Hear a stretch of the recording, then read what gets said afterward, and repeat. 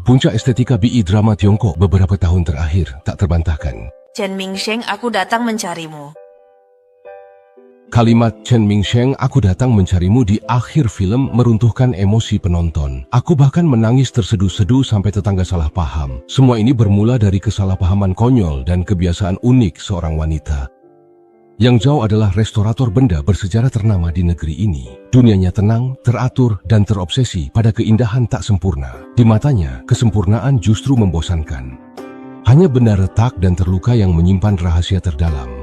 Tak disangka, ia akan bertemu benda hidup yang tak terperbaiki seumur hidup, tapi ia rela tenggelam di dalamnya. Hari itu, sebuah telepon dari kantor polisi tiba-tiba menghancurkan ketenangan hidupnya, seperti batu yang dilempar ke permukaan air. Ternyata, adik laki-lakinya yang masih remaja terlibat pertengkaran fisik dengan seorang sopir taksi karena berebut taksi dengan seorang nenek. Siapa yang lebih dulu memesan taksi itu? Apa maksudnya? Kamu yang memukul sopirnya kan? Yang saya tanyakan tadi adalah siapa yang lebih dulu menghentikan taksi itu? Meskipun di dalam hatinya Yang Zhao mengakui kebaikan sopir itu, namun saat melihat memar di tangan adiknya, amarahnya untuk membela keluarga langsung membara. Kalau kamu tidak mau minta maaf dan memberi ganti rugi, kita bertemu saja di pengadilan. Kamu mau berapa? Minta maaf lalu ganti rugi 5.000. Di luar dugaan menghadapi permintaan yang seperti pemerasan ini, Chen Mingsheng langsung setuju tanpa membantah. Namun karena saat ini tidak punya uang sepeser pun, dia hanya meninggalkan nomor telepon dan berjanji membayar di kemudian hari. Melihat kepasrahannya, Yang Zhao mengambil kertas itu, lalu membuangnya ke tempat sampah. Baginya, ini cuma pertemuan tak terduga, dan kini mereka hanyalah dua garis paralel yang takkan pernah bertemu lagi. Namun takdir tak ditulis manusia. Besoknya, saat Yang Zhao terhambat kerjaan dan harus menunggu taksi di tengah hujan deras, sebuah mobil berhenti di depannya, dan pria di balik kemudi itu ternyata adalah Chen Mingsheng. Di dalam mobil, suasana terasa begitu canggung hingga membeku. Bunyi tetesan hujan di jendela seolah menjadi hitungan mundur takdir. Yang Zhao teringat akan sikap agresifnya kemarin dan rasa bersalah pun memenuhi hatinya. Namun, saat ia sedang merangkai kata-kata maaf, ban depan taksi itu justru terperosok ke dalam lubang selokan. Sudah dekat, kamu jalan kaki saja pulang, ucap Chen Mingsheng tetap datar seperti biasa tanpa emosi. Yang Zhao berniat pergi, tapi di gerbang ia menoleh dan melihat sosok itu berjuang dengan mobilnya di tengah hujan deras. Perasaan tak menentu mendorongnya kembali menembus hujan. Ia tak menyangka keputusannya menoleh membuat takdir mereka yang semula sejajar kini terikat erat. Ayo kita dorong bersama-sama. Atas desakannya, keduanya mendorong mobil, tapi rodanya tersangkut tak bergerak. Mengejutkannya, saat mengerahkan tenaga, Chen Mingsheng terpeleset jatuh keras. Di momen memalukan itu, rahasia tubuhnya pun terbongkar sepenuhnya. Salah satu kakinya kaki palsu yang dingin. Saat itu, udara seolah membeku. Yang Zhao terpaku melihatnya bukan sebagai disabilitas, melainkan mahakarya unik dan tak ternilai yang retak. Bekas luka tak sempurna itu baginya punya daya tarik mematikan. Tiba-tiba, ia merasa pria pendiam di depannya menyimpan masa lalu yang mengguncang, persis seperti benda kuno yang ia perbaiki. Demi mengungkap misteri ini, Yang Zhao mengubah sikapnya dan mengajak Chen Mingsheng berteduh di rumahnya dari hujan. Bagaimana kamu mendapatkan sertifikat kualifikasi sopir taksi itu? Apakah kamu memberi hadiah atau menyuap? Ia terpaksa ikut wanita aneh ini pulang. Namun, saat Chen Mingsheng selesai mandi dan hendak menyelinap keluar, ia melihat Yang Zhao tertidur di sofa akibat kelelahan dengan wajah memerah tidak wajar. Mungkin ingin membalas budi atau tergerak nuraninya, ia tidak pergi, melainkan turun membeli jahe dan gula merah. Di dapur asing itu, karena tak ada pisau, ia menghancurkan jahe dengan tangannya, lalu merebus semangkuk wedang jahe panas untuknya. Saat sinar pagi menembus tirai dan memantul di lantai, Yang Zhao terbangun. Ia melihat pria yang dikiranya takkan pernah bertemu lagi, kini diam-diam menjaganya. Cahaya matahari membalut siluetnya dengan tepian emas lembut. Ia tampak bagai patung kuno, penuh pesona misterius yang memikat hati Yang Zhao. Semuanya sungguh kacau. Sudah kubilang jangan sampai lukanya kena air kan? Sekarang malah infeksi, bagaimana ini? Di ruang infus, karena gantungan infusnya rusak, dia pun diam-diam memegang botol infus yang dingin itu, memegangnya selama beberapa jam tanpa menurunkan tangannya meski lengannya sudah pegal dan mati rasa. Dan justru dalam setiap pengorbanan tanpa pamrih inilah hati Chen Mingsheng yang telah lama terbungkus kegelapan, akhirnya mulai diterangi oleh secercah cahaya. Ia mulai merasakan perasaan yang berbeda terhadap wanita yang galak namun lembut ini. Usai dari RS, mereka menuju warung pinggir jalan sederhana. Wonton panas melenyapkan canggung dan jarak di antara mereka. Dua jiwa kesepian ini pun sefrekuensi. Mulai saling bersandar, bak perahu yang lama terombang-ambing badai, akhirnya berlabuh di dermaga tenang yang sama. Namun, hubungan tak biasa ini ditakdirkan menghadapi penilaian masyarakat. Saat kumpul teman, seseorang di depan Chen Mingsheng sengaja menyebut Yang Zhao difabel demi kepuasan psikologis semata. Hinaan ini terdengar jelas oleh Yang Zhao saat melintas. Tapi dia tak marah atau mundur, malah tenang dan tegas mendekati Chen Mingsheng, lalu bicara dengan lantang dan jelas. Keinginanku itu nyata, perasaanku juga nyata. Aku tidak punya apapun yang perlu disembunyikan.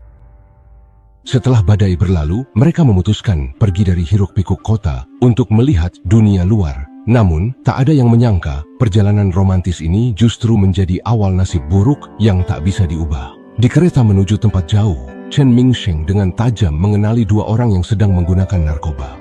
Profesionalismenya yang luar biasa serta aksi anehnya saat melapor ke polisi seperti sengaja menyembunyikan penemuan petunjuk pertama dan merebut paksa kamera wartawan memicu kecurigaan besar Yang Zhao. Dalam pemahamannya, Chen Mingsheng hanyalah seorang sopir taksi yang jujur dan sederhana. Namun pria di depannya ini seolah-olah memiliki wajah lain yang sama sekali asing baginya. Rasa tidak nyaman hebat menyelimutinya malam itu dan ia pun bertanya demi menentukan nasib hubungan mereka. Apakah kamu orang baik atau orang jahat? Dalam kegelapan, Chen Mingsheng terdiam lama. Ku baik. Berkat jawaban simpel ini, Yang Zhao membuang ragu dan percaya sepenuhnya. Lalu, mereka sampai di bawah pagoda Buddha putih. Malam itu, pagodanya bercahaya lembut bak mutiara, seolah takkan tertelan kegelapan. Ini persis seperti jiwa murni yang tak pernah luntur di balik tubuh Chen Mingsheng yang cacat. Di sini, mereka saling mencintai tanpa batas, dan perasaan mereka semakin dalam.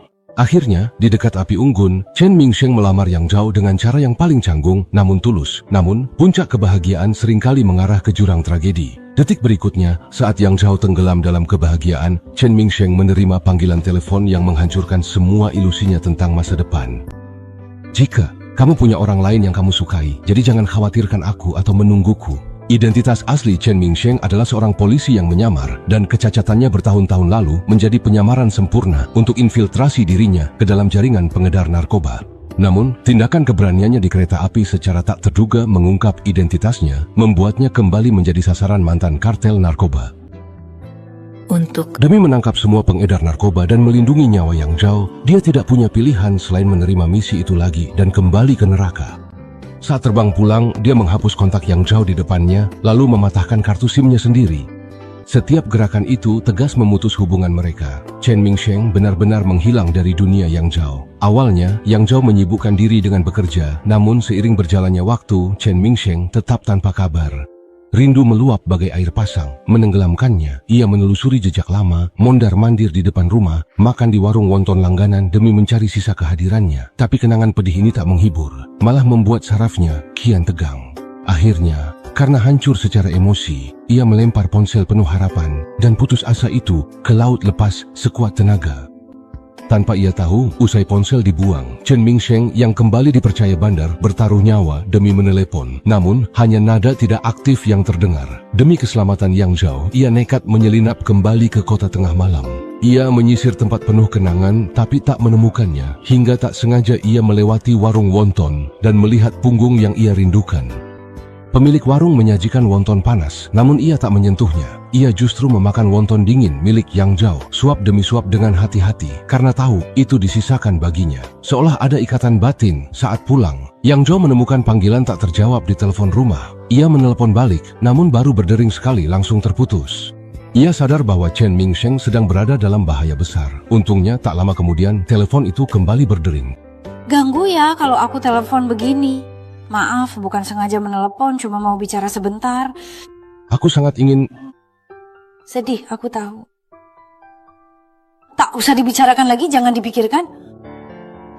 Kalimat ini juga membuat Yang Zhao kembali menyalakan harapan terhadap hidup. Ia sangat menantikan hari pertemuan kembali itu. Namun, saat ia mengira hidupnya akhirnya akan menyambut cahaya, sebuah telepon asing kembali menyeretnya ke dalam jurang tanpa akhir. Apakah itu telepon yang aku suruh dia hubungi? Bukan. Saat operasi penjagaan jaring, saudara Sheng sudah terbongkar. Ada seorang pengedar narkoba bernama Bai Ji. Dia adalah... Saat Yang Zhao berlari kalap ke rumah sakit, dia sudah sekarat dan tak bisa bicara lagi. 4 tahun berlalu, di makam Chen Mingsheng, Yang Zhao tak lagi muncul. Hanya adiknya yang datang membawa bunga, membisikkan akhir kisah ini. Aku tidak tahu tempat apa yang digambar dalam lukisan ini, tapi kamu pasti tahu. 2 hari lalu, setelah kakakku pulang dari sini, dia hanya mengatakan satu kalimat padaku. Dia bilang tahun ini ternyata lupa hari peringatan kematianmu. Ini adalah hal terakhir yang dia tinggalkan untukmu. Mulai sekarang, dia benar-benar tidak akan pernah datang menemuimu lagi. Meskipun seluruh dunia melupakanmu, itu tidak masalah. Aku tidak bisa memaafkan jika aku juga melupakanmu.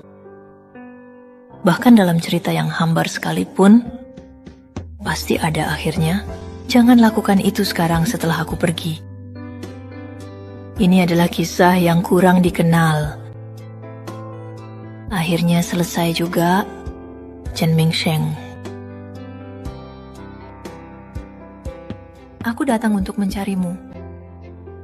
Cinta sejati bukan soal terus bersama, melainkan tentang melewati hidup dan mati. Kisah Yang Zhao dan Chen Mingsheng bak harta karun yang diperbaiki namun ditakdirkan hancur kembali. Keistimewaannya bukan pada hasil akhir, tapi pada dedikasi dan cinta tulus saat memperbaikinya. Yang Zhao seumur hidup memahami ketidaksempurnaan hingga ia menjadi bagian dari cinta itu. Ia tak mencoba memperbaiki Chen Mingsheng tapi memilih hancur bersama demi menyusun kebahagiaan di dunia lain. Kisah mereka tidak diketahui banyak orang, namun cukup untuk mengguncang jiwa setiap pendengarnya. Karena ada cinta yang, sejak lahirnya, telah melampaui batas antara hidup dan mati. Akhirnya bukanlah lenyap, melainkan menuju keabadian dengan cara yang lebih tegas dan mutlak.